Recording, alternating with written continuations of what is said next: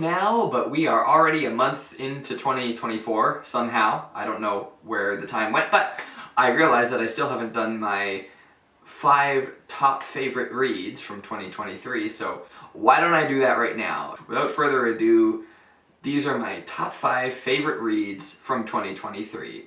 Let's get into it. Number 5, The Mysteries by Bill Watterson and John Casht. This is a little bit of a weird inclusion to put on a list like this, because The Mysteries is not a substantial book by any means. It's a picture storybook that you can get through in 10 minutes, or even less if you decide not to look at the gorgeous illustrations. So, Bill Watterson is the guy behind Calvin and Hobbes, which is the best newspaper comic strip that has ever been made. And Bill Watterson's a little unusual because after the comic strip ended in 1995, he basically disappeared. So out of the blue, last year, he's just like, oh yeah, I'm coming out with this storybook for adults. And we were like, wait, what does that even mean? And so I finally got a copy of it from the library, and it was just so gorgeous. And then you've got this story that's sort of very vague. There's not really any characters, but it's about like a society that has filled in all the blank spots on the map. They've learned the truth behind all of these old wives' tales and superstitions, and a lot of the world's magic is kind of fading into the background. And it's sort of a reflection on the passage of time, on the fact that everything comes to an end. It kind of has that storybook philosophy that you would see in like Shel Silverstein or Chris Van Allsburg. It's totally readable and accessible for kids. I don't think there's anything that's too mature or dark for them to understand. So it works on that level, but obviously the themes will resonate with adults as well.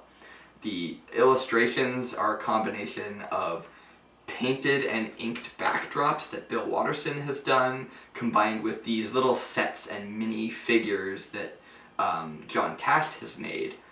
And then, of course, these illustrations are paired with this little fable that Bill Watterson has written out. It really comes together in this really nice work of art. If that sounds like something you might be interested in, then please check out The Mysteries. See if your library has it, and see if you get the same kick out of it that I did.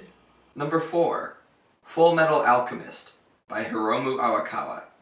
I've been meaning to read Fullmetal Alchemist for years and years, and I finally got around to it and was super surprised by just how well thought out and crafted it is. Like, usually when I go into shonen manga like Naruto or Bleach, I expect a certain level of simplicity when it comes to the characters or the themes or what have you. But Arakawa is really good at weaving all of these intricate themes and critiques of society into her writing without bogging you down. The story is always fun, the characters are always engaging, but it's just a lot richer a manga experience than a lot of other popular series that I've come across. So basically, Ed and his younger brother Alphonse are these 2 prodigy alchemist children.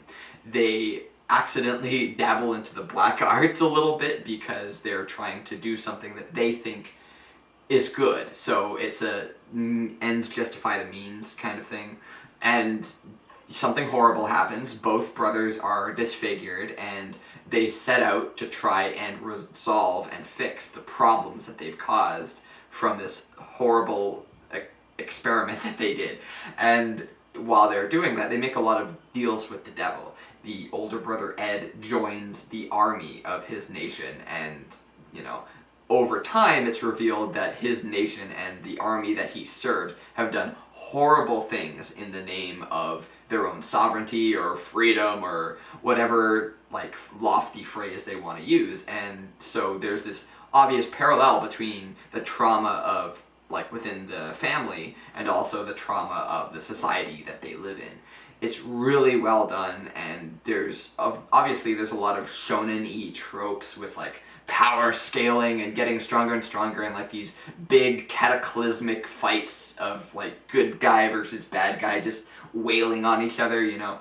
But it's a lot smarter than it lets on at first reading. So I would really like to do a full review of this at some point. Hopefully sometime this year I can do a little bit more of a deep dive, But yeah, if you're looking for a good, reasonable length manga, that's important because a lot of manga is way too long, with a lot of action and good characters that are easy to connect with and a lot of deeper themes that actually make you think, then Fullmetal Alchemist is a very high recommendation for me. Like, please check it out. If you've never read manga before, I think Fullmetal Alchemist would probably be a good place to start as well. Number 3, An Instance of the Fingerpost by Ian Pearce. Speaking of books that I think deserve a full-length review, Instance of the Fingerpost is one of those books that I also hope to do a review on, because this is one of those books you just can't help but talk about when you've read it. Like, it's a murder mystery set in England in the 1600s, just after the Civil War and the short-lived revolution and the restoration of the monarchy. You can tell a lot of those tensions have been left unresolved. And into that mix, you've got this murder and 4 perspectives.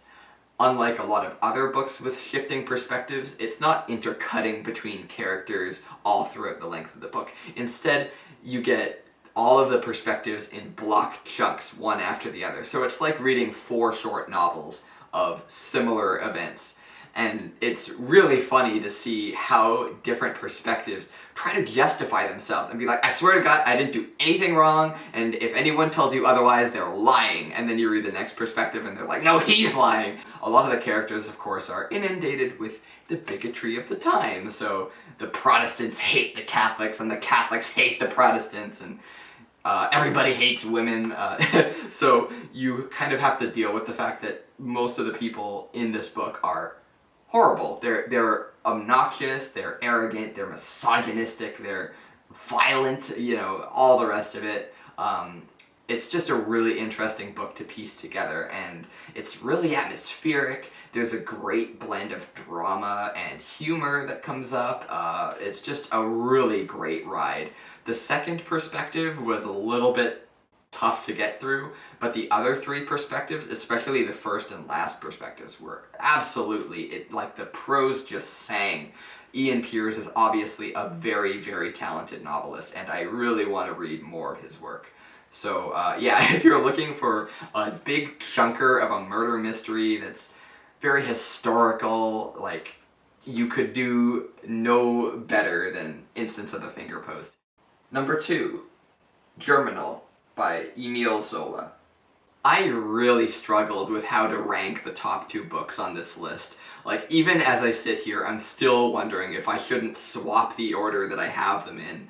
But for now, Germinal sits at number 2. But don't let the ranking fool you. Like, this book was absolutely excellent. So this is considered one of the best French classics, apparently. But it's not that well known outside of France. It's about a coal mining strike in rural France during the 1800s, and right away the author just throws you right into what the life of a coal miner is like. You get immersed in this company town where all the money you earn goes right back into the company pocket because they own all of the land, they own all of the houses, they own all the grocery stores. And then, of course, everybody is kept in extreme poverty and extreme ignorance. A lot of them don't even know how to read and write, and that extreme desperation leads those families to sending their kids down the coal mine shaft as early as like 6 or 7 years old. Whether they're a boy or a girl, you're down there in the mine, risking your life every single day. You're shown how dangerous it is, that you could get like cave-ins, flooding, fires, gas, explosions, and like when something violent happens, it's still shocking. Even though this book is like 140 years old, it was absolutely gruesome. You'd see a child just get crushed by falling rocks or something, and stuff like that happens over and over again. And so a lot of the time, you're just on the edge of your seat. All of the righteous anger that Zola obviously felt towards this kind of situation is palpable on the page. It's really, really like top notch. So like, you see all these injustices, and by the time the strike is called, you're just like, yeah, fuck yeah, stick it to the man! Like, you're so on the character's side. And you care about the characters a lot too. And you know, there's a lot of village drama and village politics going on, and even the managers of the coal mines and the like upper caste of the society, they get perspective chapters too. So you empathize with them to a degree as well, even though they're ostensibly the villains. So yeah, it's just a great novel. It's epic in scope. It's just not quite for the faint of heart. Like I said, this book is very gruesome. There's a lot of explicit depictions of sex, including sexual violence, including all of this stuff being done to kids as well. So like, prepare yourself for that. But this is absolutely a book that should be more well known outside of France. So if you ever see it, please pick it up and read it. And my favorite book that I read in 2023 was The Hunchback of Notre by Victor Hugo. So here we are with yet another French classic adorning this list. I think I may have found myself a new niche. But anyway, I've already actually done a full-length review of this book, so if you want to hear more about it, you can go check that out. But to sort of truncate what I said in that video, The Hunchback of Notre was famously adapted by Disney, so I'm sure a lot of us are familiar with it, you know. Medieval Paris and the Cathedral of Notre Dame, and the mysterious bell ringer Quasimodo, who falls in love with the Roma woman Esmeralda, but also the protector and controller of Quasimodo, named Claude Frollo, is our villain of the story, and he's also fallen for Esmeralda. And then Esmeralda has fallen for Captain Phoebus. So there's this big Machiavellian love quadrangle going on, but it's really well realized. The story is so tight and so well crafted. It's very... you just sort of weave in and out between all of these characters, and I haven't even mentioned them all, you know. Claude Frollo has a oafish younger brother in this version, and there's this playwright who's down on his luck who ends up getting in good with the Romas and Esmeralda, and it all just sort of coalesces into just an unforgettable climax where all of Paris is in revolt. Like, there's a lot of suspense in this book, there's a lot of drama and tragedy, but there's also a lot of comedy. It's sort of Dickensian in the way that it'll weave between all of these moods in a very naturalistic sort of way.